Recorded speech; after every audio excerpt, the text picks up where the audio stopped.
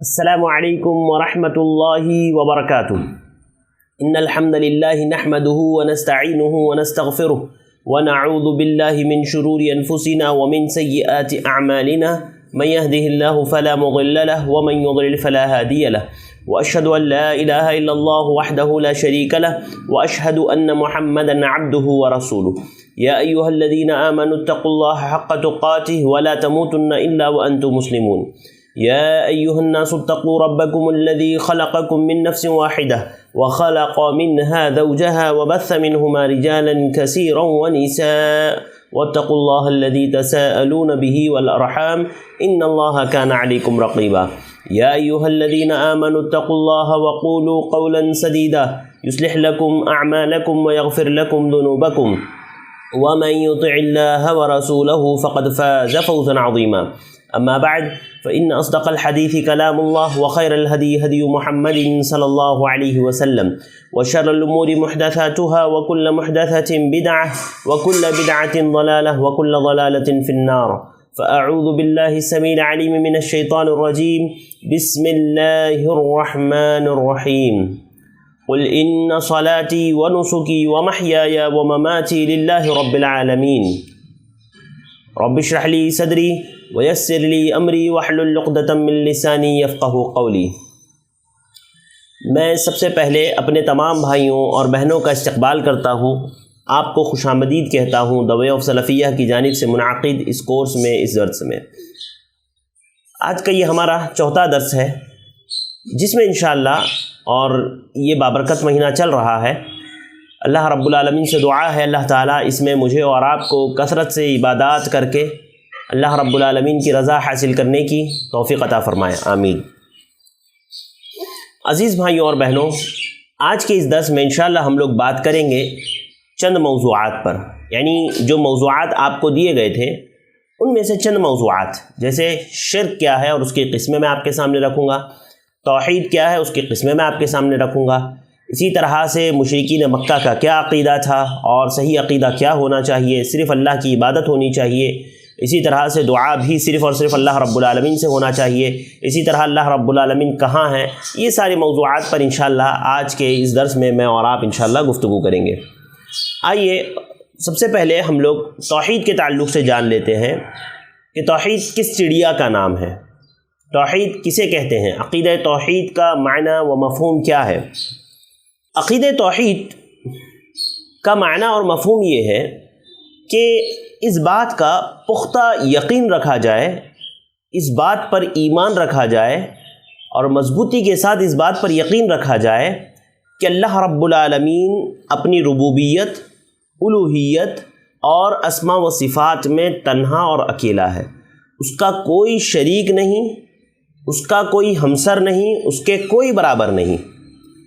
یعنی آدمی پختہ طور پر اس بات کا یقین رکھے کہ اللہ رب العالمین اکیلا پیدا کرنے والا ہے، اللہ رب العالمین اکیلا روزی دینے والا ہے، ساری عبادتوں کے لائق وہی ہے تنہا، اسی طرح اللہ رب العالمین ہی زندگی دینے والا ہے، اللہ رب العالمین ہی موت دینے والا ہے، ساری کائنات کو چلانے والا وہی ہے، وہ تمام صفات اس کے صفت کمال ہے، اس میں کسی قسم کا عیب، کسی قسم کا نقص نہیں، اس میں اس کا کوئی شریک، کوئی ساجھی، کوئی برابر نہیں۔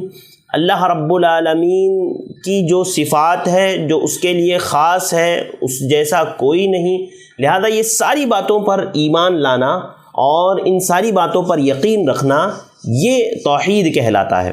شیخ الاسلام علامہ ابن تیمیہ رحمہ اللہ مجموع الفتاوی میں فرماتے ہیں کہ اللہ رب العالمین کی محبوب چیزوں کے ذریعے سے اس کا تقرب حاصل کرنا اور اللہ رب العالمین کی محبت ہی سے لوگوں کے دلوں کو سکون اور اطمینان حاصل ہوتا ہے۔ اور شیخ الاسلام لکھتے ہیں کہ اللہ رب العالمین کی محبت، اس کا تقرب اس وقت تک انسان حاصل نہیں کر سکتا، تقرب یعنی اس کے قریب نہیں ہو سکتا اس وقت تک جب تک کہ وہ غیر اللہ کی محبت کو اپنے دلوں سے نہ نکال دے۔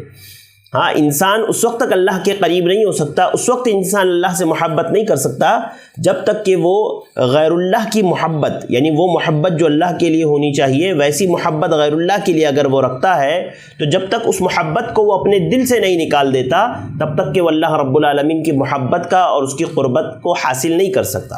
اور یہی دین ابراہیمی ہے جس کی دعوت تمام انبیاء اور رسول دیا کرتے تھے۔ لہذا یہ شیخ الاسلام امام ابن تیمیہ رحمہ اللہ کا قول ہے۔ آئیے توحید کی قسموں کی طرف بڑھتے ہیں اور توحید کی قسمیں ہم لوگ دیکھ لیتے ہیں۔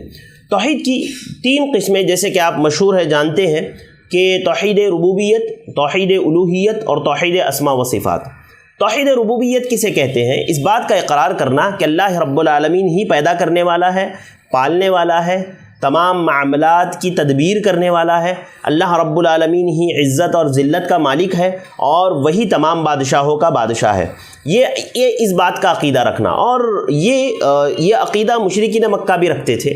آگے اس کی تفصیل آپ کے سامنے آئے گی انشاءاللہ۔ لیکن آپ دیکھیں کہ اللہ رب العالمین نے سورۃ الزخرف آیت نمبر 87 میں فرمایا وَلَئِن سَأَلْتَهُم مَّن خَلَقَهُمْ لَيَقُولُنَّ اللَّهُ فَأَنَّىٰ يُؤْفَكُونَ، کہ آپ اگر ان سے سوال کریں کہ آپ کو کس نے پیدا کیا، یعنی مشرکین مکہ سے بھی اگر آپ پوچھیں گے نا کہ آپ کو کس نے پیدا کیا تو وہ ضرور بھی ضرور جواب دیں گے کہ ہمیں اللہ رب العالمین نے پیدا کیا۔ یعنی توحید ربوبیت، اس بات کا عقیدہ رکھنا کہ اللہ رب العالمین ہی پیدا کرنے والا ہے اور وہی جو ہے معاملات کی تدبیر کرنے والا ہے، وہی جو ہے ذلت اور عزت کا مالک ہے، ان ساری باتوں پر عقیدہ رکھنا۔ اسی طرح سے توحید کی ایک اور قسم ہے توحید الوہیت، یعنی یہ عقیدہ رکھنا کہ تمام قسم کی مشروع عبادات، یعنی وہ عبادات جو اللہ اور اس کے رسول نے ہم پر عائد کی ہے، ان تمام عبادتوں کے لائق صرف اور صرف اللہ رب العالمین کی ذات ہے، اس کے علاوہ کوئی ان عبادتوں کے لائق نہیں۔ جیسے دعا مانگنا، مدد مانگنا، طواف کرنا، رکوع کرنا، سجدہ کرنا اور جانور ذبح کرنا، اسی طرح سے جو ہے نظر ماننا، ڈرنا، امید رکھنا، یہ ساری چیزیں صرف اور صرف اللہ رب العالمین کے ساتھ ہو سکتی ہے۔ اسی طرح سے جو ہے اس پر بھروسہ کرنا، ہاں یہ سب اللہ رب العالمین کے لیے کرنا، اس کے علاوہ اللہ کے علاوہ کسی اور کے لیے نہیں کرنا۔ یہ توحید الوہیت ہے۔ اور جو ہے اگر کوئی شخص ان تمام چیزوں کو اللہ کے علاوہ کسی اور کی طرف پھیر دیتا ہے تو یہ شرک ہو جاتا ہے، جیسے کہ اللہ رب العالمین نے قرآن مجید سورۃ المؤمنون آیت نمبر 117 میں اللہ رب العالمین نے فرمایا وَمَن يَدْعُو مَعَ اللَّهِ إِلَٰهًا آخَرَ لَا بُرْهَانَ لَهُ بِهِ فَإِنَّمَا حِسَابُهُ عِندَ رَبِّهِ وَلَا إِنَّهُ لَا يُفْلِحُ الْكَافِرُونَ، کہ جو شخص اللہ کے ساتھ کسی اور معبود کو پکارتے ہیں جس کی ان کے پاس کوئی دلیل نہیں، تو اللہ رب العالمین نے فرمایا کہ پس ان کا حساب اللہ رب العالمین ہی کے اوپر ہے، بے شک کافر لوگ نجات سے محروم ہیں۔ لہذا اللہ رب العالمین نے یہاں پر واضح طور پر بیان کر دیا کہ ان تمام عبادات کے لائق صرف اور صرف اللہ رب العالمین ہے۔ اسی طرح سورہ فاتحہ میں بھی ہم لوگ کہتے ہیں نا، سورہ فاتحہ آیت نمبر 5 میں ایاک نعبد و ایاک نستعین، کہ اللہ ہم تیری ہی عبادت کرتے ہیں اور تجھ ہی سے مدد مانگتے ہیں۔ اسی طرح اللہ رب العالمین نے ایک اور مقام پر سورہ طٰہٰ آیت نمبر 14 میں فرمایا 14 اننی انا اللہ لا الہ الا انا فاعبدنی، بے شک میں ہی اللہ ہوں اور میرے سوا کوئی عبادت کے لائق نہیں، اور پس تم میری ہی عبادت کرو۔ یعنی اللہ رب العالمین نے خود یہاں پر حکم دیا فاعبدنی، کہ تم میری عبادت کرو۔ اور فرعون نے کس معاملے میں شرک کیا تھا؟ فرعون نے اسی میں کیا تھا، کیا کہا تھا؟ انا ربکم الاعلی، کہ میں تمہارا جو ہے رب ہوں، میں تمہارا اعلی رب ہوں۔ اور اللہ رب العالمین کے بارے میں فرمایا تھا وما رب العالمین، کہ رب العالمین کون ہے؟ نعوذ باللہ۔ لہذا اللہ رب العالمین کی اس عبادت میں، اللہ رب العالمین کی جو ہے الوہیت میں کسی اور کو شریک کرنا، یہ جو ہے توحید کے منافی ہے۔ اسی طرح تیسری توحید کی قسم ہے توحید اسماء و صفات۔ توحید اسماء و صفات یعنی وہ صفات اللہ رب العالمین نے جو نام اپنے لیے رکھے ہیں یا جو صفات اپنی بتائی ہے یا اس کے رسول نے بتائی ہو، ان تمام صفات پر اللہ رب العالمین کے یقین رکھنا، ایمان لانا اور ان صفات کو صفت کمال ماننا کہ اللہ رب العالمین کی جتنی صفات ہے وہ کمال پر دلالت کرتی ہے، اس میں ذرہ برابر بھی عیب اور نقص نہیں ہے، اور ان صفات کو اللہ رب العالمین کے لیے ویسے ہی ماننا جیسے اللہ نے بیان کیا، بغیر کسی جو ہے تمثیل، بغیر کسی تشبیہ، بغیر کسی تکییف، بغیر کسی تعطیل اور بغیر کسی تحریف کے۔ ان اصطلاحات کی تشریح میں آپ کے سامنے رکھوں گا، بہرحال آپ ابھی اتنا سمجھیے کہ اللہ کے اسماء و صفات میں بغیر کسی تحریف، بغیر کسی تعطیل، بغیر کسی تمثیل، بغیر کسی تشبیہ اور بغیر کسی تکییف کے ایمان لانا، جیسے اللہ رب العالمین نے اپنے لیے ہاتھ کو بیان کیا کہ اللہ رب العالمین کے ہاتھ ہے، تو اس کو اللہ رب العالمین کے ہاتھ ماننا۔ اسی طرح اللہ رب العالمین نے اپنے لیے یہ بات بیان کی کہ اللہ رب العالمین استوا یعنی عرش کے اوپر، ساتوں آسمان پر عرش پر ہے، یہ ماننا۔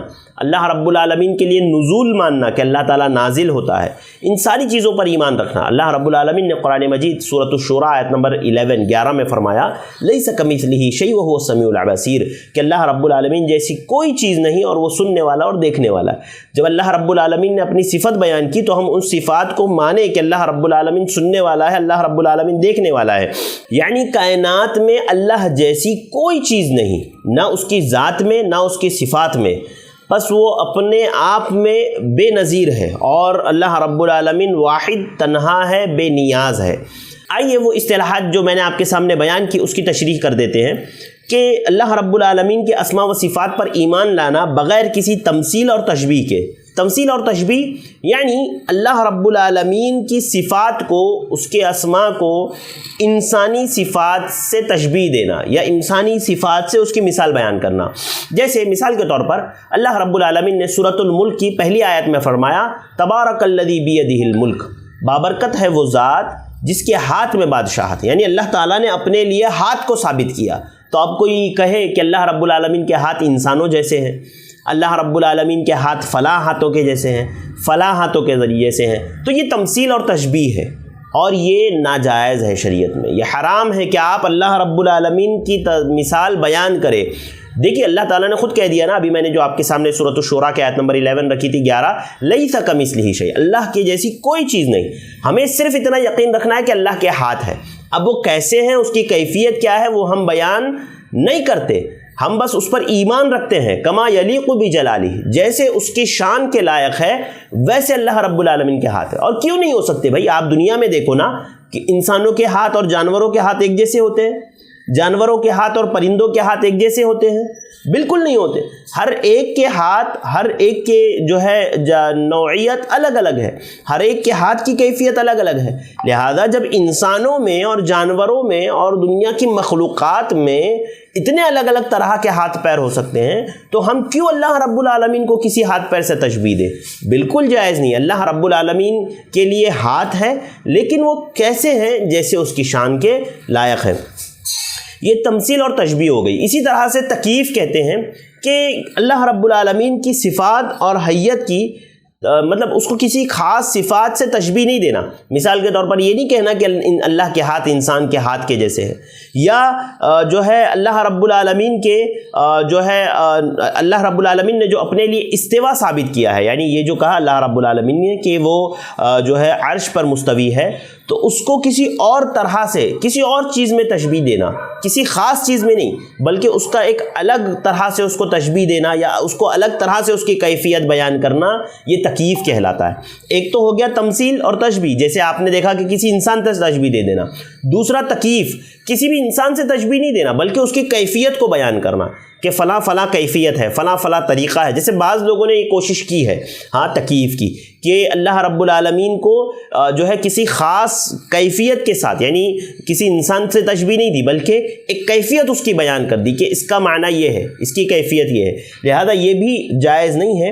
اور اسی طرح سے تعطیل، یعنی اللہ رب العالمین کی مکمل صفات کا انکار کر دینا، یعنی یہ کہہ دینا کہ نہیں اللہ رب العالمین کی یہ صفات ہے ہی نہیں، یعنی مکمل ساری صفات کا اللہ کے انکار کر دینا، یا کچھ صفات کو ثابت ماننا، کچھ صفات کا انکار کرنا۔ جیسے بعض لوگ 8 یا 7 یا 8 صفات کو جو مانتے ہیں اور باقی ساری صفات کا وہ انکار کر دیتے ہیں۔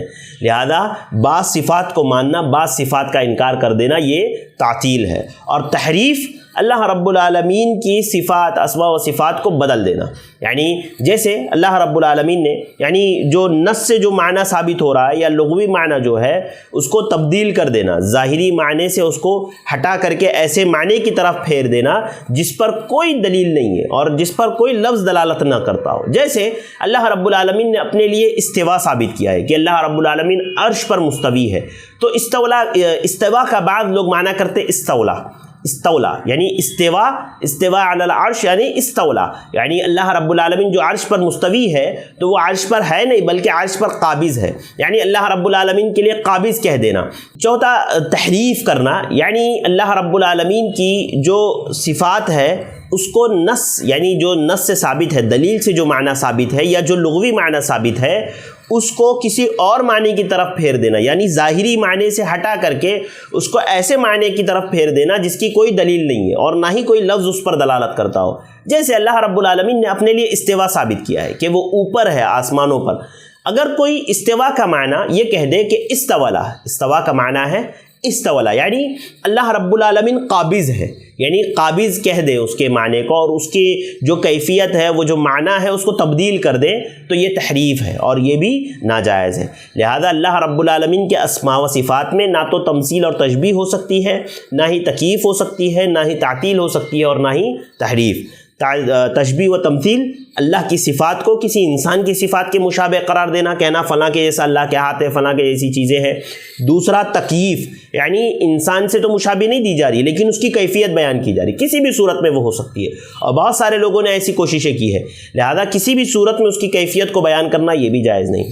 تیسرا تعطیل، یعنی اللہ رب العالمین کی ساری صفات کا یا تو انکار کر دینا، کہنا اللہ کی کوئی صفت ہے ہی نہیں، یا بعض کو ثابت کرنا اور بعض صفات کا انکار کر دینا۔ اور تحریف، اس کا جو اصل معنی ہے، لغوی معنی ہے، اس کا جو نصی معنی، نص سے جو معنی ثابت ہو رہا ہے اس کو جو ہے کسی اور معنی کی طرف پھیر دینا، ایسے معنی کی طرف جس کی کوئی دلیل نہیں ہے، جو اس پر کوئی لفظ دلالت نہیں کرتا، جیسے استوا کا معنی استولا کہہ دینا، قابض ہونا، تو یہ جائز نہیں ہے، بالکل حرام ہے۔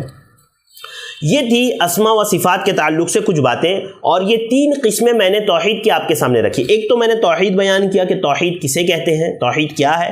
دوسرا توحید کی تین قسمیں بیان کی، توحید ربوبیت، توحید الوہیت، توحید اسماء و صفات۔ امید کرتا ہوں آپ تمام بھائیوں اور بہنوں کو یہ باتیں سمجھ آئی ہوگی۔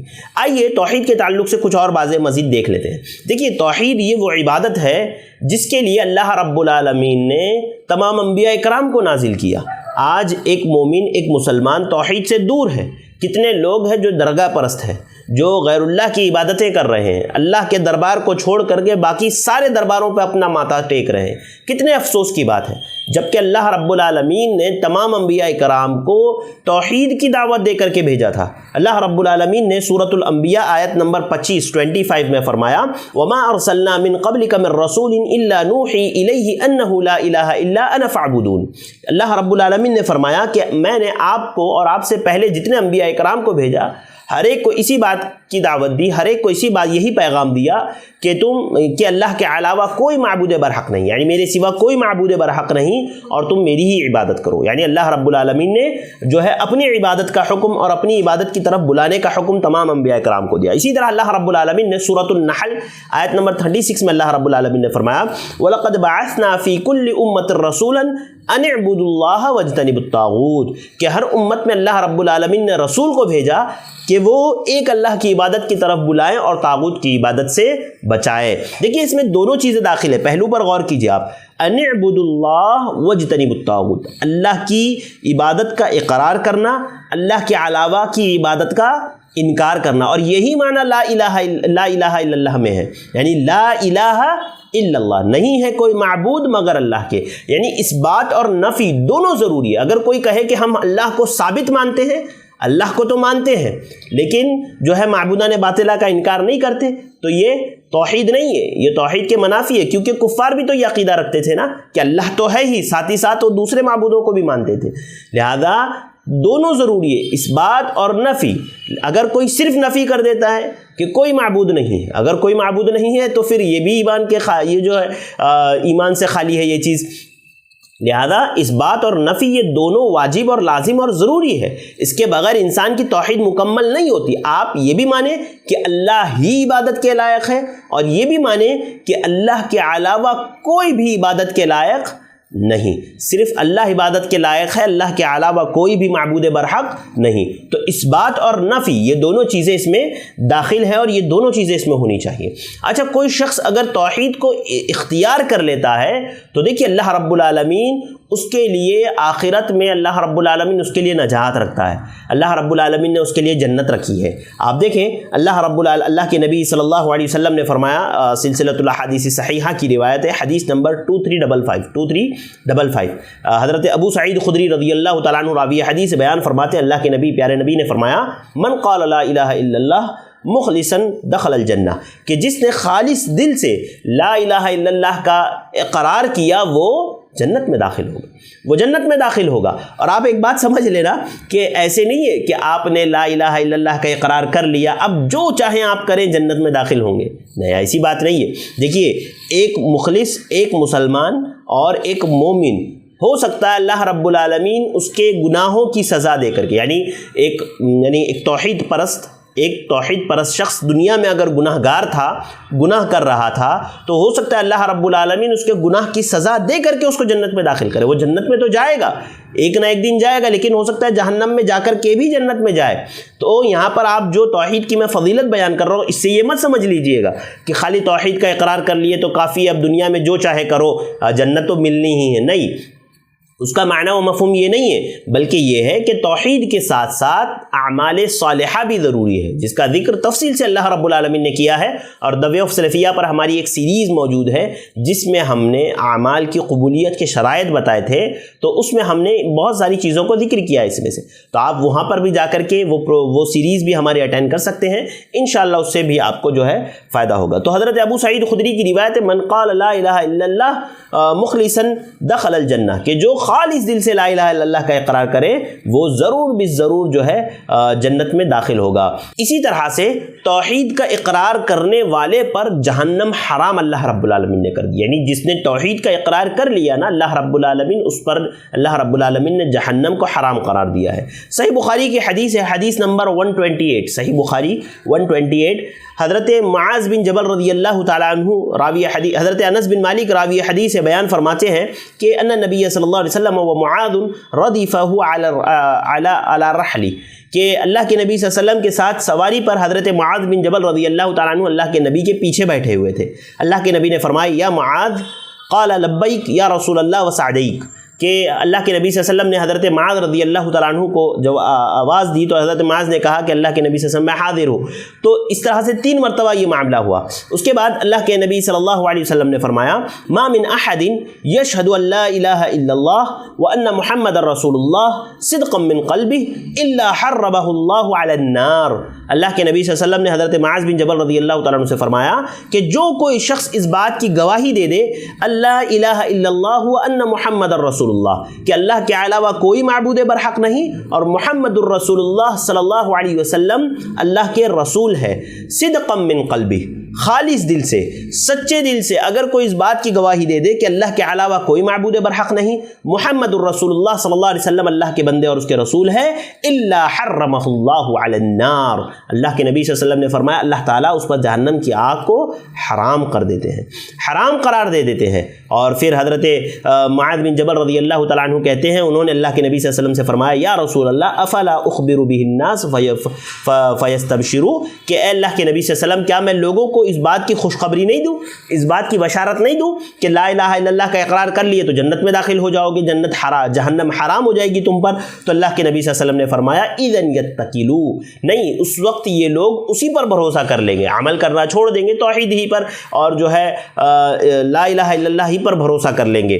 حضرت اللہ کے نبی صلی اللہ علیہ وسلم نے فرمایا وَأَخْبَرَ، اور آخر میں حضرت انس رضی اللہ تعالیٰ عنہ فرماتے ہیں وَأَخْبَرَ بِهَا مَعَاذٌ عِنْدَ مَوْتِهِ تَأَثُّمًا، کہ حضرت معاذ بن جبل رضی اللہ تعالیٰ عنہ نے اس حدیث کو اپنی موت کے وقت، اپنی وفات کے وقت بیان کر دیا تاکہ کہیں ایسا نہ ہو کہ حدیث رسول چھپا کر کے آپ کا انتقال ہو جائے اور آپ کی عزم میں یہ بات آئے کہ آپ نے حدیث رسول کو چھپایا، اسی لیے وفات سے پہلے حضرت معاذ رضی اللہ تعالیٰ عنہ نے اس روایت کو بیان کر دیا۔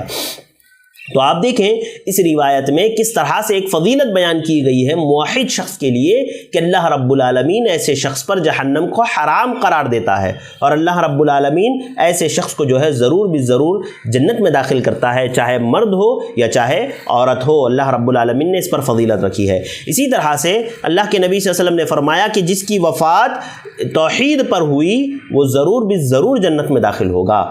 سنن نبی داؤد کی حدیث ہے، حدیث نمبر 3116، حدیث سنن نبی داؤد 3116. حضرت معاذ ابن جبل رضی اللہ تعالیٰ عنہ ہی بیان فرماتے ہیں, کہتے ہیں من کان آخر کلامہ لا الہ الا اللہ دخل الجنہ, کہ جس کا آخری کلام, آخری جملہ لا الہ الا اللہ ہوگا اور اس پر اس کی وفات ہوئی, دخل الجنہ, وہ جنت میں داخل ہوگا. اللہ اکبر. اسی لیے مجھے اور آپ کو ہمیشہ دعا کرنا چاہیے کہ اللہ رب العالمین تو ہمیں وفات کے وقت کلمہ نصیب فرما اور لا الہ الا اللہ کہنا نصیب فرما.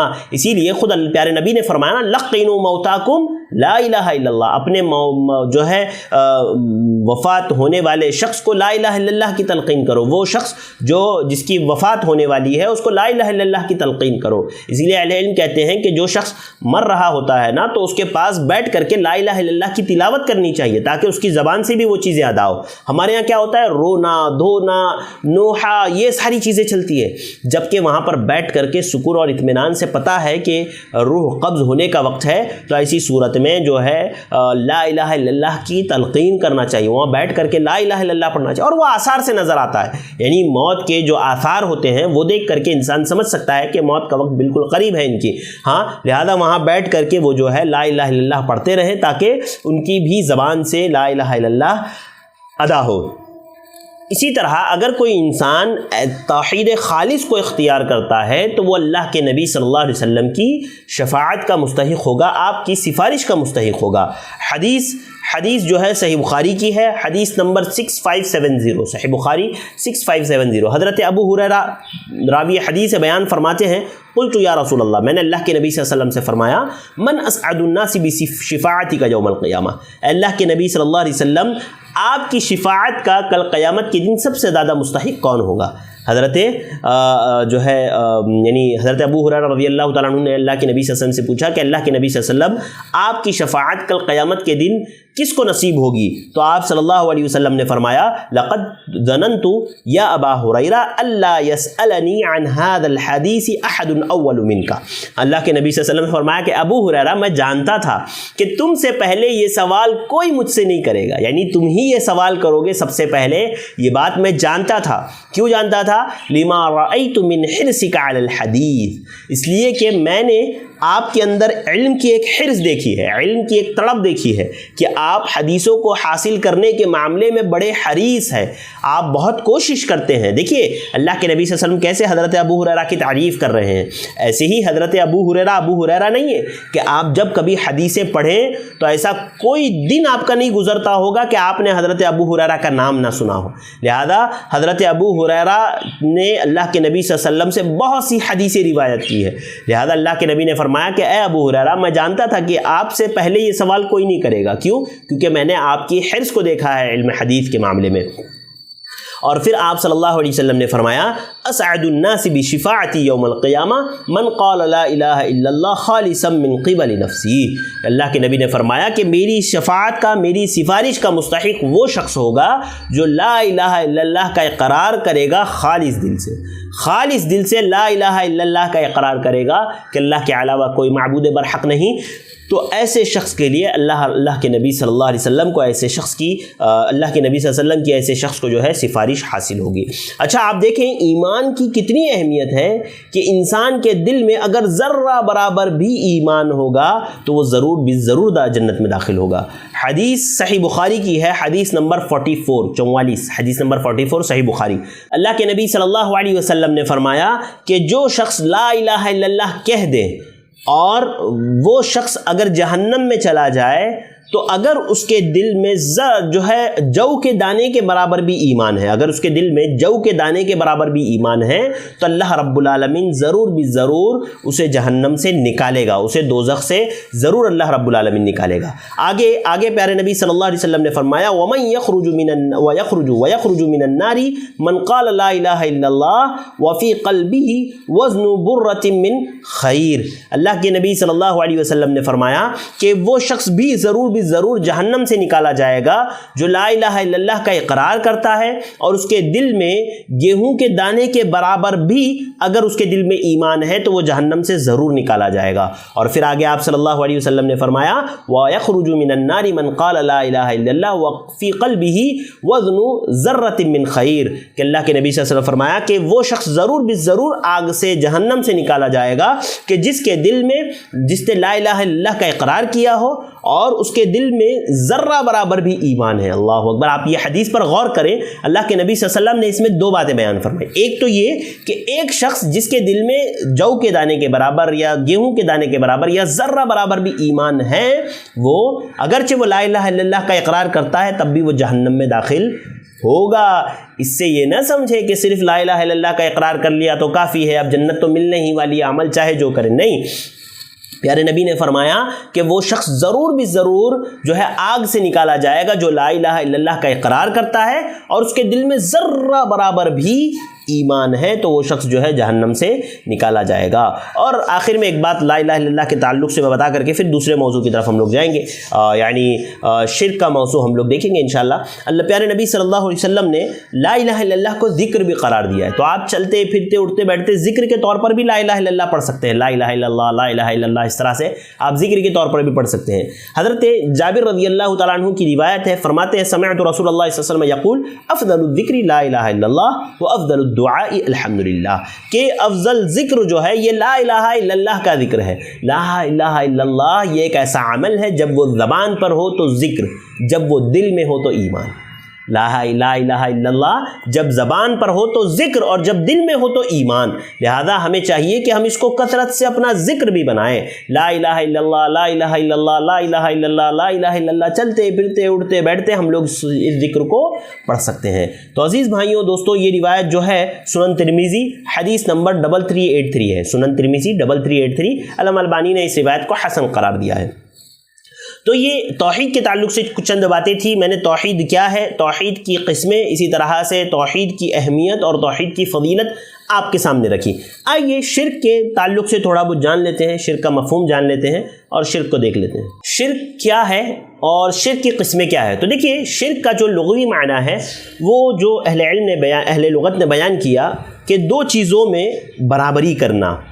ہاں، اہل علم جو شرک کا معنی ہے وہ بیان کرتے ہوئے کہتے ہیں مخالطت، یعنی جو ہے میل ملاپ کرا دینا، ایک دوسرے کو ملا دینا، اسی طرح سے مشارکت، باہم شریک کر دینا، اسی طرح سے مصاحبت، دوستی کرنا، یہ سارے معنی جو ہے لغوی طور پر اہل علم نے بیان کیے ہیں۔ اور شرعاً شرک کا معنی یہ ہے کہ ان امور میں جو خالصتاً اللہ رب العالمین کے لیے ہونے چاہیے، وہ کام جو خالص اللہ کے لیے ہونے چاہیے، اس میں کسی اور کو شریک کرنا یا اللہ کے برابر قرار دینا، یہ شرک ہے اور یہ شرک ہے۔ اور شرک کی بھی جیسے توحید کی 3 قسمیں ہیں نا، شرک کی بھی 3 قسمیں اہل علم نے بیان کی ہے۔ تو شرک فی الربوبیہ، شرک فی الالوہیہ، شرک فی الاسماء والصفات، یعنی اللہ کی الوہیت میں شرک، اللہ رب العالمین کی ربوبیت میں شرک اور اللہ رب العالمین کے اسماء و صفات میں شرک۔ اب ان 3 قسموں میں کبھی شرک اصغر ہو سکتا ہے، کبھی اکبر ہو سکتا ہے نا، تینوں میں کبھی شرک اکبر ہو سکتا ہے، کبھی اصغر ہو سکتا ہے۔ تو دیکھیے، توحید ربوبیت میں شرک کیا ہے کہ توحید ربوبیت میں شرک یہ ہے کہ اللہ تعالیٰ کے خصائص ربوبیت میں کسی اور کو شریک کرنا یا اس کو برابر قرار دینا، یعنی یہ عقیدہ رکھنا کہ جیسے اللہ تعالیٰ خالق ہے ویسے کوئی اور بھی خالق ہے، جیسے اللہ رب العالمین رزق دیتا ہے، رزاق ہے، ویسے کوئی اور بھی رزق دینے والا ہے، جیسے اللہ رب العالمین جو ہے دنیا بھر کی تدبیریں کرتا ہے، دنیا چلاتا ہے، ویسے ہی کوئی اور بھی اس طرح کے کام کرتا ہے۔ تو اگر کوئی اس بات کا عقیدہ رکھے تو یہ توحید فی الربوبیہ، یعنی اللہ رب العالمین کی ربوبیت میں شرک ہے۔ اسی طرح جو ہے شرک فی الربوبیہ، توحید نہیں، شرک فی الربوبیہ، اللہ کی ربوبیت میں یہ شرک ہے۔ اسی طرح شرک فی الالوہیہ، یعنی اللہ رب العالمین کی وہ خصائص جو الوہیت کے خصائص ہے، اس میں اللہ رب العالمین کے کسی کو برابر قرار دے دینا یا کسی کو جو ہے اس میں اللہ رب العالمین کا شریک قرار دے دینا، ہمسر بنا دینا، یہ جائز نہیں۔ جیسے دعا اللہ رب العالمین سے کی جائے تو اسی طرح سے کوئی کسی اور کو کو بھی ویسے ہی دعا قبول کرنے والا مانے جیسے اللہ رب العالمین ہے، یا جیسے اللہ تعالیٰ سے دعا کی جائے ویسے کسی اور سے دعا کریں، جیسے اللہ کے لیے جانور ذبح کیا جاتا ہے ویسے ہی کسی اور کے لیے جانور ذبح کریں۔ تو یہ توحید الوہیت میں شرک ہے۔ شرک کی جو تیسری قسم ہے شرک فی الاسماء والصفات، یعنی وہ اسماء و صفات جو اللہ رب العالمین کے لیے خاص ہے اس میں کسی اور کو شریک کر دینا یا کسی کو اس کے برابر قرار دے دینا، یہ شرک فی الاسماء والصفات ہے۔ مثال کے طور پر کوئی عقیدہ رکھے کہ جیسے اللہ رب العالمین سنتا ہے ویسے کوئی اور بھی سنتا ہے، جیسے اللہ رب العالمین دیکھتا ہے ویسے کوئی اور بھی دیکھتا ہے، ہاں جیسے اللہ رب العالمین جو ہے یعنی جیسے اللہ رب العالمین کے صفات ہے ویسے کسی اور کی بھی صفت ہے، یعنی انسان کو جو ہے اس کے برابر قرار دے دینا، یہ اللہ رب العالمین کے اسماء و صفات میں شرک کہلاتا ہے، لہذا یہ بھی جو ہے یہ بھی شرک ہے۔ تو یہ شرک کی تین قسمیں ہوئی، یعنی جیسے میں نے آپ کے سامنے رکھا کہ شرک کیا ہے اور شرک کی قسمیں کیا ہے۔ اچھا اب آپ دیکھیں اس میں شرک کبھی اصغر ہوتا ہے کبھی اکبر ہوتا ہے۔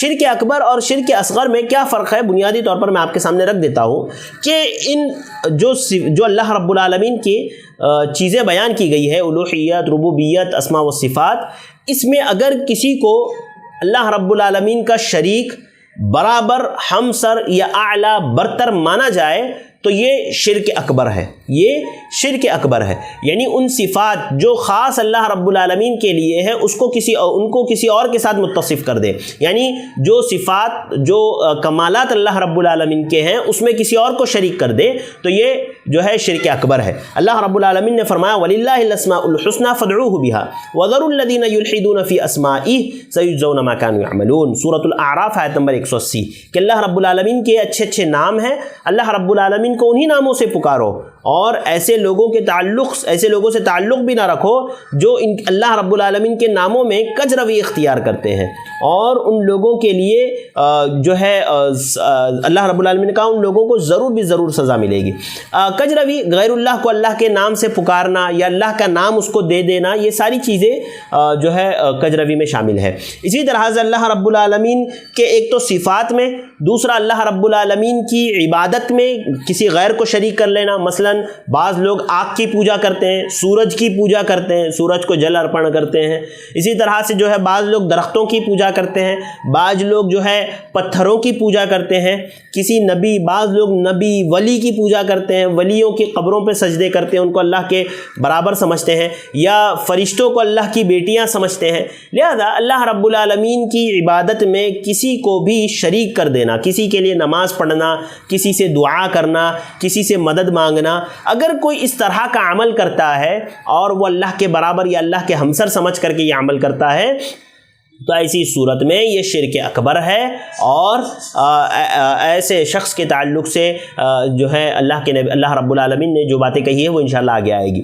تو لہذا یہ توحید یعنی اللہ رب العالمین یہ شرک اکبر میں داخل ہے یہ ساری چیزیں۔ اسی طرح جو ہے اللہ کسی کے تعلق سے یہ عقیدہ رکھنا کہ جس طرح سے اللہ کا حلال ہے ویسے ہی اس کا بھی حلال کیا ہوا حلال ہے، جیسے اللہ کا حرام کردہ حرام ہے ویسے ہی اس کا بھی حرام کردہ چیزیں حرام ہے، یعنی اللہ رب العالمین کے حلال و حرام کے قانون میں کسی اور کے قانون کو داخل کر دینا، کسی اور کے حلال کو داخل کر دینا، اور جیسے اللہ نے حلال اور حرام کیا ہے ویسے ہی اس کے حلال کو حلال اور اس کے حرام کو حرام سمجھنا، یہ بھی جو ہے شرک اکبر ہے۔ جیسے کہ اللہ رب العالمین نے سورۃ التوبہ آیت نمبر 31 میں کہا نا اتخذوا احبارهم ورهبانهم اربابا من دون اللہ، کہ ان لوگوں نے اپنے عالموں اور درویشوں کو جو ہے رب بنا لیا ہے، اور وہ روایت جو عدی بن حاتم رضی اللہ تعالیٰ عنہ سے ہے سنن ترمذی میں حدیث نمبر 3095 علامہ البانی نے اس روایت کو حسن قرار دیا ہے سنن ترمذی میں۔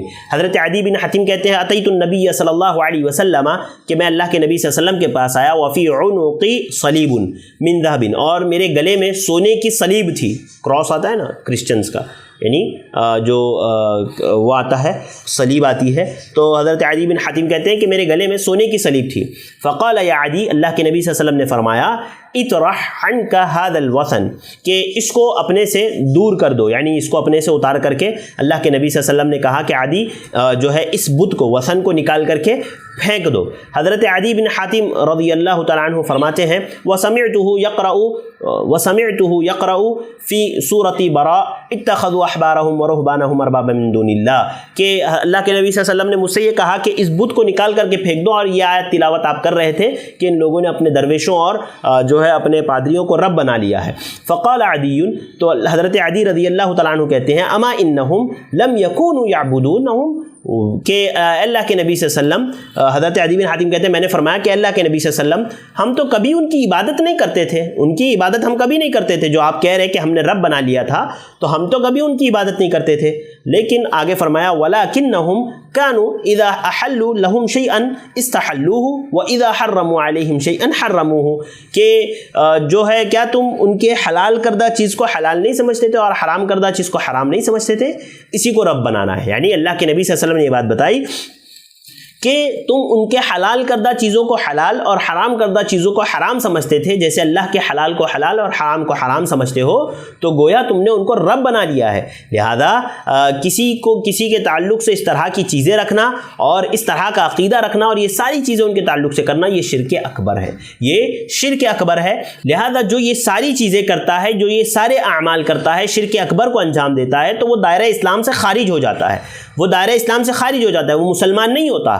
ہاں، اور جو ہے وہ جو ہے مسلمان قبرستان میں اس کو دفن نہیں کیا جاتا ہے، لہذا وہ شخص مشرک ہے۔ اسی طرح شرک اصغر، یعنی شرک اصغر کہتے ہیں، دیکھیے اس میں نا وہ ساری چیزیں داخل ہے جو شرک اکبر تک لے جانے والی ہے، یا جس سے شریعت نے منع کیا ہے، جس کو شریعت نے شرک اصغر قرار دیا ہو، یا وہ چیزیں جو شرک اکبر میں واقع کرنے والی ہو، شرک اکبر تک لے جانے کا ذریعہ یا وسیلہ بنتی ہو، وہ شرک اصغر ہے۔ جیسے غیر اللہ کی قسم کھانا، یہ شرک اکبر تک پہنچانے کا ایک ذریعہ ہے، ایک وسیلہ ہے۔ اللہ پیارے نبی صلی اللہ علیہ وسلم نے فرمایا، صحیح بخاری کی حدیث ہے، حدیث نمبر 6108، آپ صلی اللہ علیہ وسلم نے فرمایا، حدیث اس طرح سے ہے کہ حضرت عبداللہ بن عمر رضی اللہ تعالیٰ عنہ بیان فرماتے ہیں کہ وہ چند سواروں کے ساتھ حضرت عمر رضی اللہ تعالیٰ عنہ کے پاس پہنچے، اور انہ ادرک عمر بن الخطاب فی رکب وہو یحلف بابیہ، اور انہوں نے حضرت عمر کو پایا کہ وہ اپنے والد کی قسم کھا رہے تھے۔ یعنی حضرت عبداللہ بن عمر حضرت عمر کے پاس پہنچے چند سواروں کے ساتھ،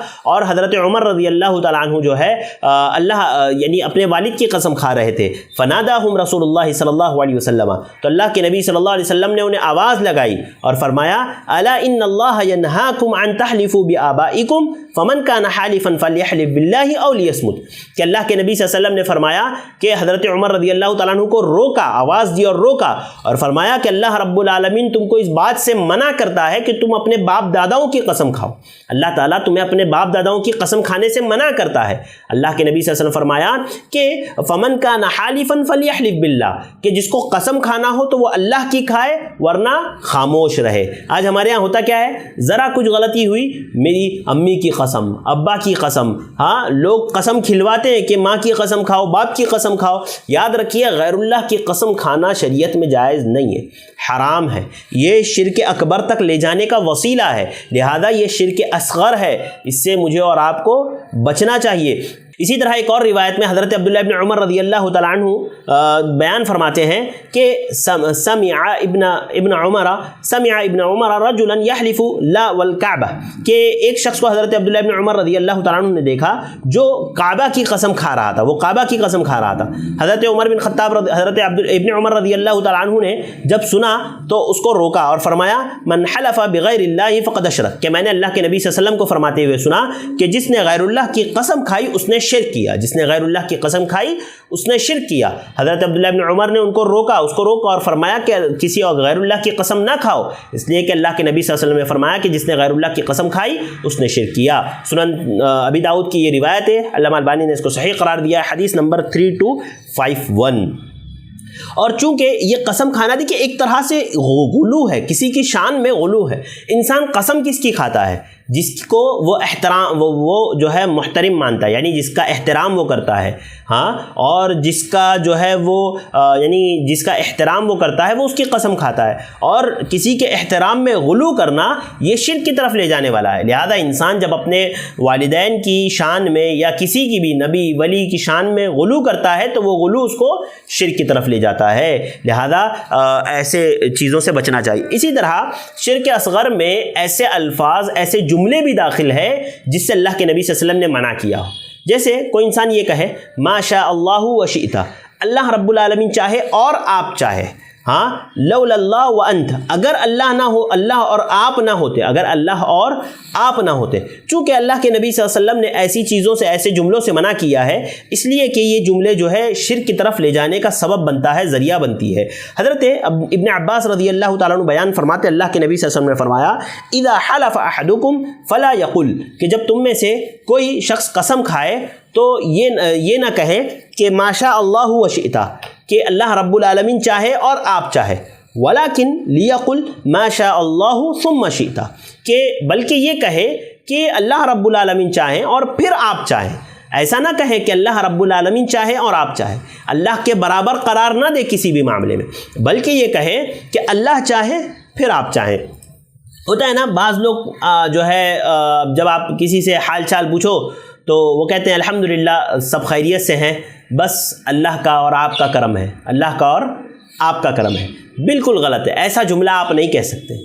آپ کہیں اللہ رب العالمین کا کرم ہے اور آپ لوگوں کی دعائیں ہیں، ہاں، یا پھر آپ لوگوں کی دعائیں ہیں۔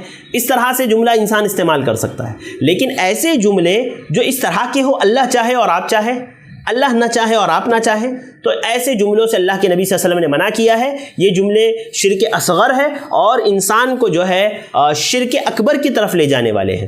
اسی لیے بعض لوگ کہتے ہیں نا، اسی لیے احادیث میں اس سے بھی منع کیا گیا ہے کہ ایسا نہ کہیں کہ جو ہے لولا البت لاتانا اللصوص، ہمارے یہاں کہتے ہیں نا لوگ کہ اگر جو ہے کتا نہ ہوتا یا مرغا نہ ہوتا تو چور گھر میں داخل ہو جاتا، بطخ نہ ہوتا تو چور گھر میں داخل ہو جاتا۔ تو اس طرح کی جو باتیں ہوتی ہے، اس طرح کی باتوں سے بھی بچے، کیونکہ یہ بھی شرک اصغر ہے اور شرک اکبر کی طرف لے جانے والی ہے۔ اسی طرح سے انسان ریاکاری سے بچے، ریاکاری بھی شرک اصغر ہے۔ کیوں؟ اللہ کے نبی، پیارے نبی صلی اللہ علیہ وسلم نے فرمایا، جو روایت ہے یہ صحیح الترغیب کی روایت ہے، حدیث نمبر 32، اللہ کے نبی نے فرمایا ان اخوف ما اخاف علیکم الشرک الاصغر، کہ میں تم میں جس شرک سے سب سے زیادہ ڈرتا ہوں وہ شرک اصغر ہے۔ وہ کیا ہے؟ الریا، ریاکاری، یہ شرک اصغر ہے جس سے میں ڈرتا ہوں۔ اور آگے فرمایا یقول اللہ یوم القیامت اذا جزی الناس باعمالہم، کہ اذهبوا الی الذین کنتم تراؤون هل تجدون عندهم جزاء، کہ اللہ کے نبی صلی اللہ علیہ وسلم فرمایا کہ جب قیامت کے دن ریاکار شخص اللہ کے یہاں بدلہ لینے آئے گا تو اللہ تعالیٰ کہے گا جا ادھر سے جا، اس شخص کے پاس جا جس کو دکھانے کے لیے عمل کیا تھا، ہاں کیا اس کے پاس کوئی بدلہ ہے تجھے دینے کے لیے، جا کر کے دیکھ لے۔ اللہ تعالیٰ ایسے شخص کو اپنے پاس سے بھگا دے گا۔ لہذا ریاکاری بھی شرک اصغر ہے اور اس سے بھی بچنا چاہیے، اور یہ ریاکاری منافقین کی صفات میں سے ہے، جس کہ اللہ تعالیٰ نے فرمایا ان المنافقین یخادعون اللہ وهو خادعهم واذا قاموا الى الصلاة قاموا كسالى يراؤون الناس ولا يذكرون الله الا قليلا، کہ یہ جو ہے منافقین سمجھتے ہیں اللہ کو دھوکہ دے رہے ہیں جبکہ وہ اپنے آپ کو دھوکہ دے رہے ہیں، اور جب نماز کے لیے کھڑے ہوتے ہیں تو سستی اور کاہلی سے کھڑے ہوتے ہیں اور لوگوں کو دکھانے کے لیے کھڑے ہوتے ہیں، یعنی ریاکاری ان کے اندر ہوتی ہے۔ لہذا اللہ رب العالمین نے سورۃ النساء آیت نمبر 123 میں اس بات کو ذکر کیا ہے۔ تو یہ شرک اصغر ہے یہ ساری چیزیں، اور شرک اصغر میں، شرک اصغر کرنے والا یہ جو ہے دائرہ اسلام سے خارج نہیں ہوتا ہے، وہ مسلمان ہی ہوتا ہے، لیکن یہ شرک اکبر کے بعد سب سے بڑا گناہ ہے، شرک اکبر کے بعد سب سے بڑا گناہ ہے، اس سے بچنا چاہیے۔ اچھا اب آپ دیکھیں ایک بات میں آپ کے سامنے یہاں پر وضاحت کرتا چلوں تکفیر کے تعلق سے۔ کسی کو بھی، یعنی کسی مختص شخص کو مشرک قرار دے دینا کہ یہ مشرک ہے اور یہ دائرہ اسلام سے خارج ہو گیا، یہ شرک کرتا ہے، یہ کفر کرتا ہے، یہ کافر ہے، یہ مشرک ہے۔ ہمارے یہاں بہت سارے لوگوں کی عادت ہو گئی ہے، خصوصاً جو منہج سلف کو فالو کرنے والے ہیں ان کے اندر بھی، کہ وہ جس کسی کو چاہتے ہیں مشرک قرار دیتے تھے، کافر قرار دیتے ہیں۔ دیکھیے تکفیر کا معاملہ اتنا آسان نہیں، اور یہ میرا اور آپ کا کام نہیں ہے۔ ہمارے ہوتا یہ ہے نا کہ ایک باپ جو ایک گھر جو پہلے جو یعنی شرک کرتا تھا، جیسے درگاہوں پر جاتا تھا، سجدے، ظاہراً تو وہ مسلمان تھا لیکن درگاہوں پر جانا، یہ ساری چیزیں کرنا ان کی عادت میں شامل تھا۔ باپ شرک کرتا تھا، بیٹے بھی شرک کرتے تھے، بیٹے مسلمان ہو گئے، موحد ہو گئے، بیٹے موحد ہو گئے۔ اب باپ وہ جو درگاہوں پر جا رہا ہے، ہاں جو بظاہر ان کے سامنے شرک کر رہا ہے، اب بیٹے اتنے سخت ہو جاتے ہیں اس معاملے میں کہ وہ باپ کو کافر سمجھنے لگتے ہیں، باپ کو دائرہ اسلام سے وہ خارج کر دیتے ہیں، ان کی نماز جنازہ نہیں پڑھتے، ان کی وراثت کو تقسیم نہیں کیا جاتا ہے۔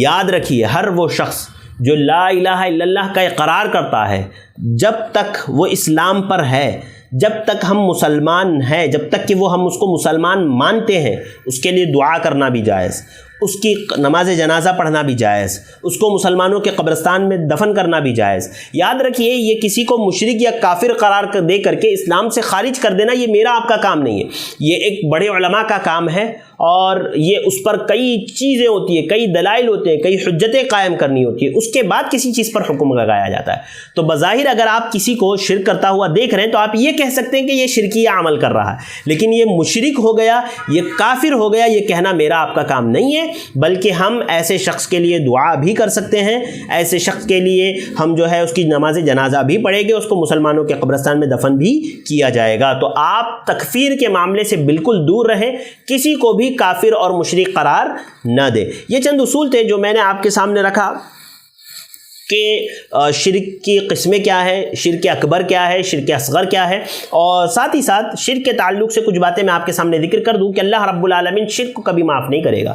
اللہ تعالیٰ نے سورۃ النساء آیت نمبر 48 میں فرمایا ان اللہ لا یغفر ان یشرک بہ ویغفر ما دون ذلک لمن یشاء، کہ اللہ رب العالمین شرک سے کم تر کے درجے کے گناہوں کو اللہ تعالیٰ معاف کر سکتا ہے، شرک یا کفر جیسے گناہوں کو اللہ تعالیٰ معاف نہیں کرتا۔ بالکل اللہ رب العالمین کبھی ایسے شخص کی مغفرت نہیں کرے گا، وہ ہمیشہ جہنم میں رہے گا۔ ایک مشرک شخص، ایک کافر شخص ہمیشہ جہنم میں رہے گا، اللہ تعالیٰ کبھی اس کو باہر نہیں نکالے گا۔ اور شرک یہ ظلم ہے۔ حضرت لقمان علیہ السلام کے قول میں اللہ رب العالمین نے کیا کہا؟ سورہ لقمان آیت نمبر 13 میں وَإِذْ قَالَ لُقْمَانُ لِابْنِهِ وَهُوَ يَعِظُهُ يَا بُنَيَّ لَا تُشْرِكْ بِاللَّهِ إِنَّ الشِّرْكَ لَظُلْمٌ عَظِيمٌ، کہ اے میرے بچے اللہ کے ساتھ شرک نہ کرنا، شرک سب سے بڑا ظلم ہے۔ اور اسی طرح جو ہے شرک یہ انسان کے اعمال کو ضائع کرنے کا سبب ہے، یعنی ایک انسان اگر شرک کرے تو اس کی زندگی بھر کی نیکیاں ضائع ہو سکتی ہے۔ اللہ رب العالمین نے سورۃ الانعام آیت نمبر 88 میں فرمایا وَلَوْ أَشْرَكُوا لَحَبِطَ عَنْهُمْ مَا كَانُوا يَعْمَلُونَ۔ چند انبیاء کرام کا تذکرہ اللہ تعالیٰ نے کیا، یعنی انبیاء کا تذکرہ کیا۔ اللہ اکبر، آپ دیکھیں انبیاء کا تذکرہ کر کے اللہ تعالیٰ نے فرمایا وَلَوْ أَشْرَكُوا لَحَبِطَ عَنْهُمْ مَا كَانُوا يَعْمَلُونَ، کہ اگر آپ بھی شرک کریں گے تو ہم آپ کے بھی سارے اعمال کو ضائع کر دیں گے، آپ کے اعمال کا بھی آپ کو کوئی فائدہ حاصل نہیں ہوگا۔ یعنی اللہ رب العالمین نے جو ہے انبیاء کا تذکرہ کرتے ہوئے فرمایا کہ ایسے شخص کو اللہ رب العالمین ایسے شخص کے اعمال کو اللہ تعالیٰ ضائع کر دیں گے۔ لہذا یہ شرک اور شرک کی قسمیں اور شرک کی نقصانات، شرک کی تباہ کاریاں مختصر طور پر میں آپ کے سامنے رکھ دی۔ چونکہ ہمارے پاس وقت کم ہے تو چند باتیں سرسری طور پر میں آپ کے سامنے رکھ دوں گا کہ مشرکین مکہ کا کیا عقیدہ تھا۔ جیسے کہ میں نے آپ کو بتایا کہ وہ بھی جو ہے ربوبیت مانتے تھے، وہ بھی ربوبیت مانتے تھے۔ آپ دیکھیں گے قرآن مجید میں آپ کو ڈھیروں دلائل مل جائیں گے۔ آئیے میں آپ کے سامنے چند باتیں رکھتا ہوں۔ یعنی مشرکین مکہ اللہ کی ذات کا اقرار تو کرتے تھے، ساتھ ہی ساتھ وہ اللہ رب العالمین کو خالق مانتے تھے، مالک مانتے تھے، سورج و چاند کو مسخر کرنے والا مانتے تھے، روزی دینے والا مانتے تھے، موت و حیات کا مالک بھی مانتے تھے۔ جیسے کہ اللہ رب العالمین نے جو ہے قرآن مجید سورہ یونس آیت نمبر 31 میں فرمایا قُلْ مَنْ يَرْزُقُكُم مِّنَ السَّمَاءِ وَالْأَرْضِ أَمَّنْ يَمْلِكُ السَّمْعَ وَالْأَبْصَارَ وَمَنْ يَخْرُجُ الْحَيَّ مِنَ الْمَيِّتِ وَيُخْرِجُ الْمَيِّتَ مِنَ الْحَيِّ وَمَنْ يُدَبِّرُ الْأَمْرَ فَسَيَقُولُونَ لِلَّهِ فَقُلْ أَفَلَا تَتَّقُونَ۔ اللہ رب العالمین نے کہا کہ کہو تمہیں آسمان اور زمین سے روزی کون دیتا ہے، کون ہے، یا کانوں اور آنکھوں کا مالک کون ہے۔ اسی طرح اللہ رب العالمین نے کہا کہ کہو ان سے کہ کون ہے جو مردے سے زندہ کو اور زندے سے مردے کو نکالتا ہے، اور کون ہے جو تمام کاموں کا انتظام کرتا ہے۔ تو اللہ رب العالمین نے فرمایا فَسَيَقُولُونَ لِلَّهِ، وہ کہیں گے کہ یہ اللہ رب العالمین ہے، یعنی مشرکین بھی اس بات کا اقرار کریں گے۔ اسی طرح سے اللہ رب العالمین نے جو ہے سورۃ المؤمنون آیت نمبر 84 سے 89 کے درمیان میں فرمایا قُلْ لِمَنِ الْأَرْضُ وَمَنْ فِيهَا إِن كُنتُمْ تَعْلَمُونَ سَيَقُولُونَ لِلَّهِ۔ اللہ رب العالمین نے کہا ان سے پوچھو کہ یہ زمین اور جو کچھ اس میں ہے کس کا ہے، زمین اور جو کچھ اس میں ہے وہ کس کا ہے، اگر تم جانتے ہو تو بتاؤ۔ تو وہ کہیں گے سیقولون للہ، وہ کہیں گے کہ اللہ رب العالمین کا ہے۔ افلا تذکرون، کیا تم جو ہے پھر تم سمجھتے کیوں نہیں۔ آگے اللہ تعالیٰ نے فرمایا قل من رب السماوات السبع ورب العرش العظیم، اللہ رب العالمین نے فرمایا کہ ان سے پوچھو کہ ساتوں آسمان کا رب کون ہے اور عرش عظیم کا رب کون ہے۔ تو اللہ رب العالمین نے فرمایا سیقولون للہ، وہ لوگ خود کہیں گے کہ اللہ رب العالمین، یعنی مشرکین اس بات کی گواہی دیں گے۔ قل افلا تتقون، آپ ان سے پوچھو کہو کہ ڈرتے کیوں نہیں۔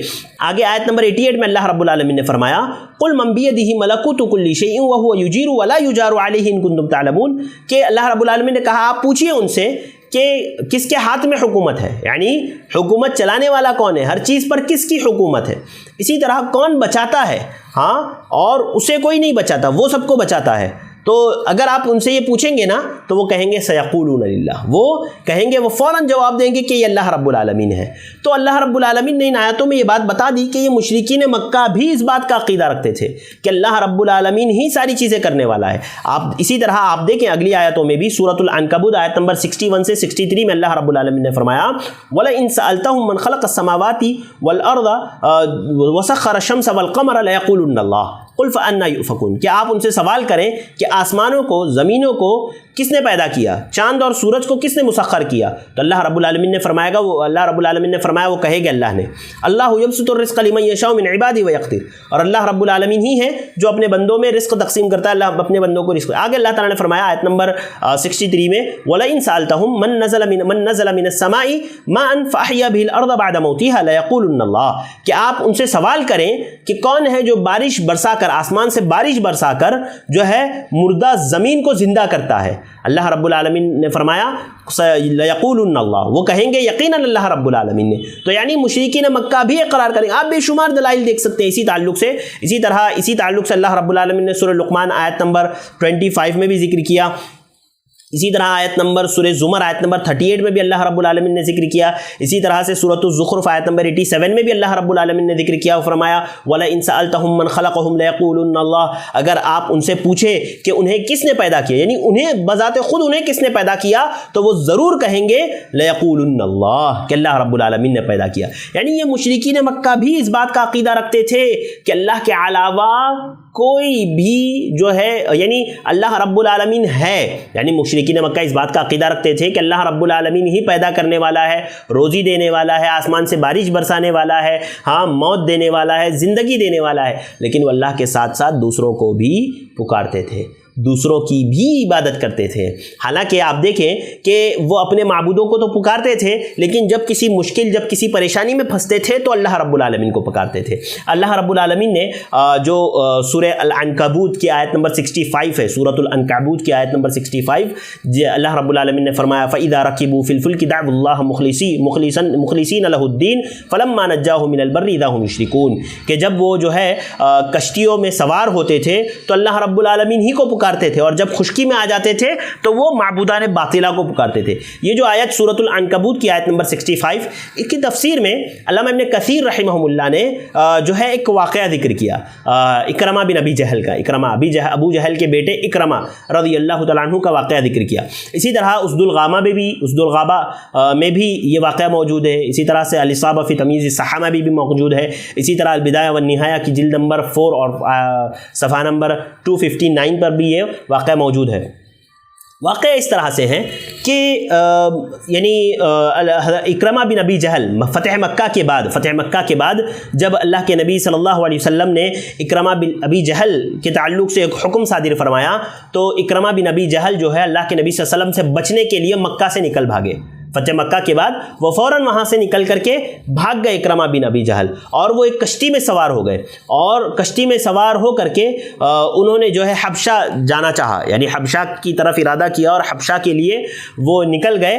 اور جب وہ سمندر کے درمیان میں پہنچے تو تیز و تند آندھی نے ان کو گھیر لیا، اور کشتی جو ہے سمندر میں ہچکولے کھانے لگی. تو کشتی جب سمندر میں ہچکولے کھانے لگی تو کشتی کے جو لوگ تھے ان لوگوں نے کہا اخلصوا لربکم الدعاء فإنه لا ينجی ہاہنا الا ہو، کہ اپنے رب کو خالصتاً، ہاں، اپنے رب سے دعا کرو. کیا کہا؟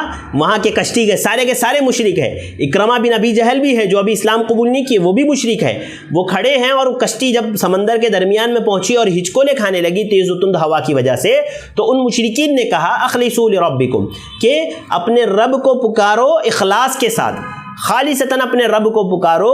لا فإنه لا ينجی ہاہنا الا ہو، اس لیے کہ یہاں پر اس کے علاوہ اور کوئی نجات نہیں دے سکتا. یعنی سمندر کے درمیان میں جب کشتی پھنس گئی بھنور میں تو کہہ رہے ہیں کہ یہاں پر اللہ کے سوا کوئی تمہیں بچا نہیں سکتا، لہذا اپنے رب کو جو ہے خالصتاً پکارو. جب یہ بات اکرمہ بن ابی جہل نے سنی تو انہوں نے کہا واللہ لئن کان لا ينجی فی البحر غیرہ فإنہ لا ينجی فی البر ایضا، کہ کہ اکرمہ بن ابی جہل نے فرمایا کہ اللہ کی قسم اگر سمندر میں اللہ کے سوا کوئی نجات نہیں دے سکتا تو خشکی پر بھی اللہ کے سوا کوئی نجات نہیں دے سکتا۔ اللہ اکبر، کیسے اللہ تعالیٰ نے ہدایت کا ذریعہ بنایا دیکھیے ان کے لیے۔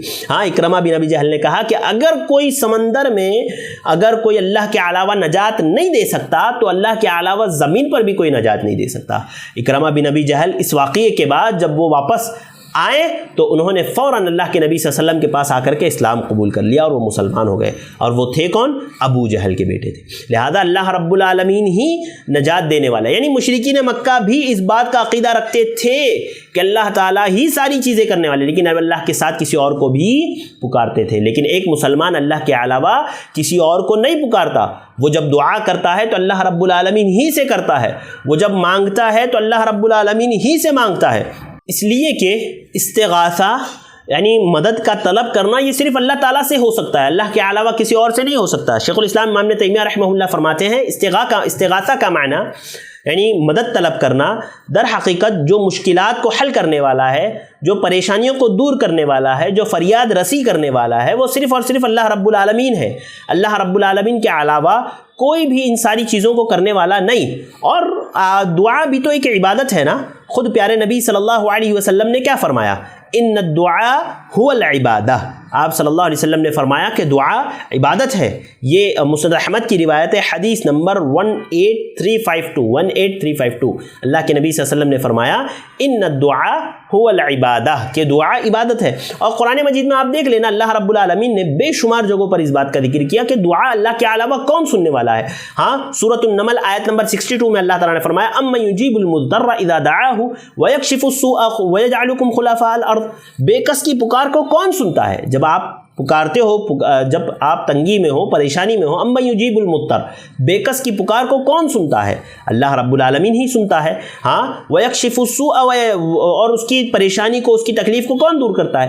ظاہر سی بات ہے اللہ رب العالمین ہی دور کرتا ہے، اس کی سختی کو اللہ رب العالمین ہی دور کرتا ہے۔ اسی طرح اللہ رب العالمین نے سورۃ الانعام آیت نمبر 63 میں فرمایا قل من ینجیکم من ظلمات البر والبحر، آپ صلی اللہ علیہ وسلم سے کہا کہ آپ کہہ دیجئے کہ کون ہے جو تم کو خشکی اور دریا میں ظلمات سے نجات دیتا ہے؟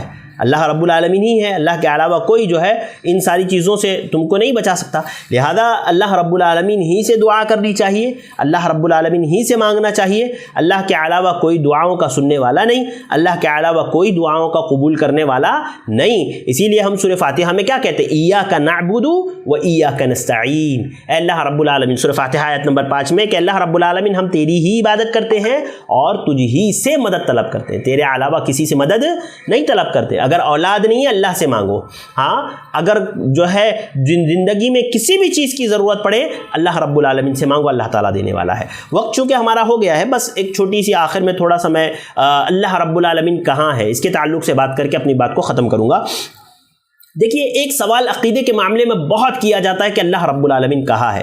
اہل سنت والجماعت کا اتفاقی عقیدہ ہے کہ اللہ رب العالمین اپنے عرش پر بلند ہے، اور اس پر قرآن و حدیث، اجماع اور فطرت دلالت کرتی ہے، فطرت جو ہے اس پر دلالت کرتی ہے۔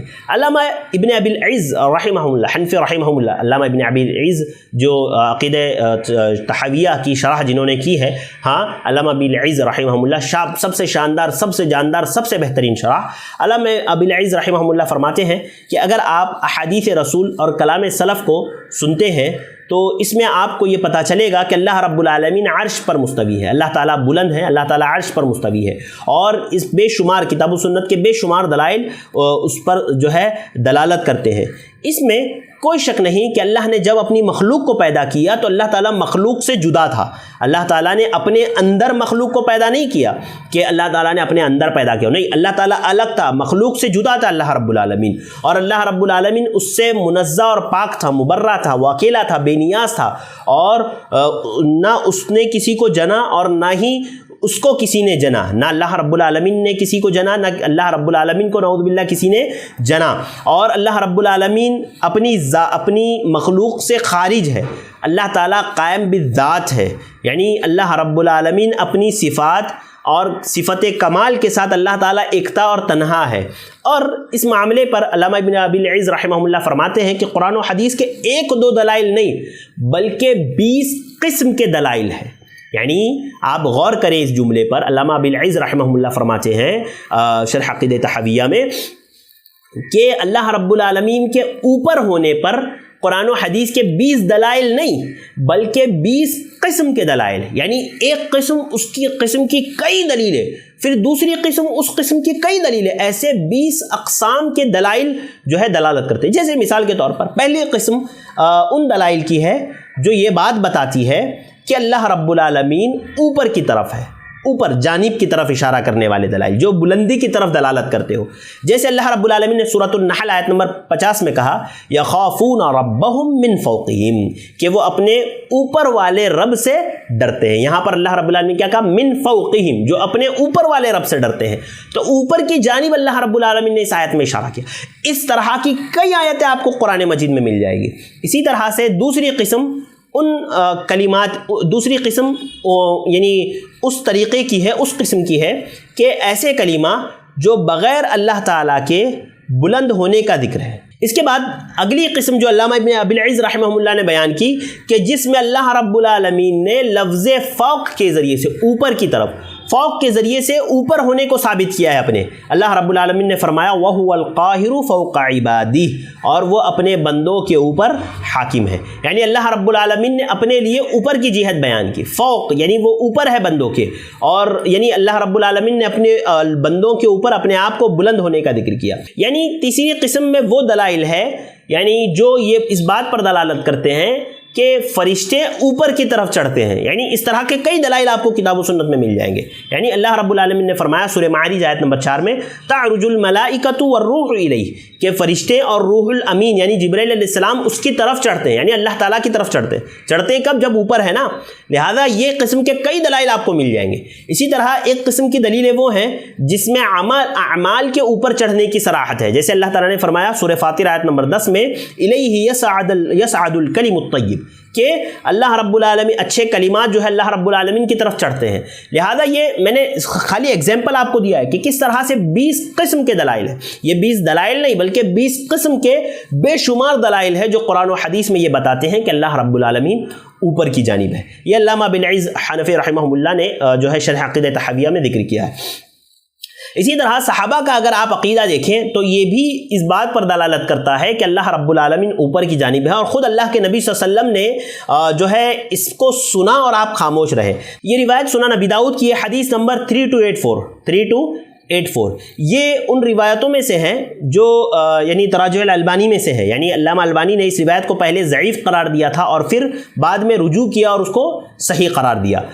یہ سلسلۃ صحیحہ میں علامہ البانی نے نقل کیا حدیث نمبر 3161، اور جو تراجعات ہیں علامہ البانی کے اس میں حدیث نمبر 107، جس میں روایت اس طرح سے ہے۔ حضرت ابو ہریرہ رضی اللہ تعالیٰ عنہ راوی حدیث سے کہتے ہیں ان رجلا اتى النبی صلی اللہ علیہ وسلم بجاریۃ سوداء، کہ ایک آدمی اللہ کے نبی صلی اللہ علیہ وسلم کے پاس اپنی کالی لونڈی کو لے کر کے آیا۔ فقال یا رسول اللہ انی علی رقبۃ مؤمنہ، کہ اس نے عرض کیا اللہ کے رسول صلی اللہ علیہ وسلم میرے ذمے ایک مومنہ لونڈی کو آزاد کرنا ہے، میرے ذمے ایک مومنہ لونڈی کو آزاد کرنا ہے۔ فقال اللہ، تو اللہ کے نبی صلی اللہ علیہ وسلم نے اس عورت سے، یعنی وہ جو لونڈی آئی تھی جس کو وہ لے کر کے آیا تھا وہ شخص، اس کالی لونڈی سے اللہ کے نبی صلی اللہ علیہ وسلم نے پوچھا این اللہ، این اللہ، فاشارت الی السماء، اللہ رب العالمین کہاں ہے؟ اللہ کے نبی نے پوچھا تو حدیث کے الفاظ ہے فاشارت الی السماء باصبعها، وہ اپنی جو ہے انگلی سے اس نے اشارہ کیا آسمان کی طرف۔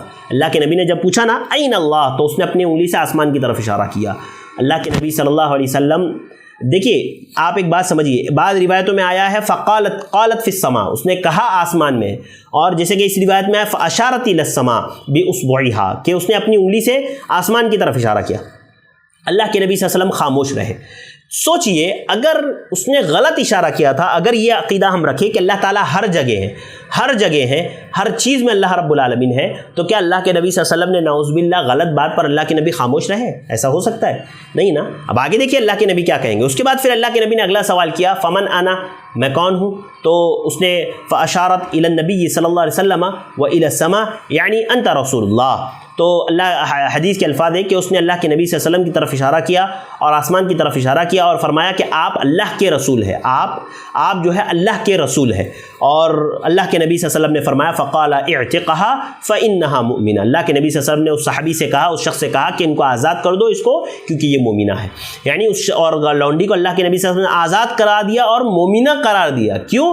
کیونکہ اس نے کہا اللہ تعالیٰ آسمانوں میں ہے اور اللہ کے نبی صلی اللہ علیہ وسلم کو کہا انت رسول اللہ، آپ اللہ کے رسول ہیں. تو دیکھیے اللہ رب العالمین کتنی واضح دلیل ہے، اس کے باوجود لوگ کس طرح کے باطل عقیدے رکھتے ہیں کہ اللہ تعالیٰ ہر جگہ موجود ہے، اللہ تعالیٰ ہر انسان میں. نعوذ باللہ. دیکھیے آپ اگر اللہ تعالیٰ کو ہر جگہ مانے نا، اللہ تعالیٰ کو ہر جگہ آپ مانیں تو کتنے خطورات لازمات ہیں. پتہ ہے آپ کو نعوذ باللہ یہ بھی ماننا پڑے گا کہ گندی جگہوں پر بھی نعوذ باللہ اللہ رب العالمین نے، بیت الخلاء میں بھی اللہ رب العالمین نے، ہاں تو ہر گندی جگہوں پر اللہ رب العالمین کا ہونا لازم قرار پائے گا، جو کہ جو ہے بالکل غلط ہے شرعی اعتبار سے بھی، عقلی اعتبار سے بھی، ہاں باطل ہے یہ عقیدہ. اور اگر آپ اللہ رب العالمین کو ہر چیز میں مانیں، یعنی مجھ میں آپ میں ہر چیز میں اللہ رب العالمین ہے نعوذ باللہ، تو آپ کو یہ بھی ماننا پڑے گا کہ جانوروں میں بھی نعوذ باللہ اللہ رب العالمین.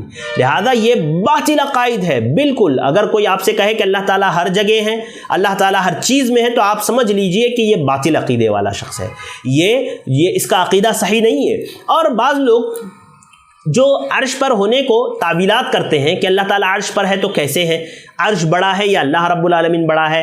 اگر اللہ رب العالمین بڑا ہے، اگر عرش بڑا ہے تو اللہ تعالیٰ اکبر نہ ہوا، اور اگر اللہ رب العالمین بڑا ہے تو اللہ تعالیٰ عرش پر آ نہیں سکتا. تو یہ جو عقلی گھوڑے دوڑاتے ہیں نا یہ لوگ، تو اس کے لیے جبکہ اللہ تعالیٰ نے قرآن مجید میں کہہ دیا نا سورۃ طٰہٰ میں الرحمن علی العرش استویٰ، کہ رحمان عرش پر مستوی ہے، اللہ تعالیٰ عرش پر ہے. ایسے لوگوں کو امام مالک رحمہ اللہ کا قول یاد رکھنا چاہیے. امام مالک رحمہ اللہ نے فرمایا الرحمن علی العرش استویٰ استواء معلوم والکیف مجہول والایمان بہ واجب والسؤال عنہ بدعہ. 4 باتیں امام مالک رحمہ اللہ نے فرمائی. کہا کہ اللہ تعالیٰ نے یہ جو فرمایا الرحمن علی العرش استویٰ کہ اللہ تعالیٰ عرش پر مستوی ہے، سب سے پہلے امام مالک نے کہا استواء معلوم کہ اللہ تعالیٰ اوپر ہے، آسمان پر ہے، 7 آسمان کے اوپر عرش پر ہے، یہ معلوم ہے. والکیف مجہول، اور وہ کیسے جو ہے اللہ رب العالمین جو ہے عرش پر مستوی ہے، اس کی کیفیت یہ مجہول ہے، یہ مجھے اور آپ کو نہیں معلوم. اللہ بڑا ہے یا عرش بڑا ہے، اللہ جو ہے کیسا عرش پر مستوی ہے، سب ہم کو نہیں معلوم.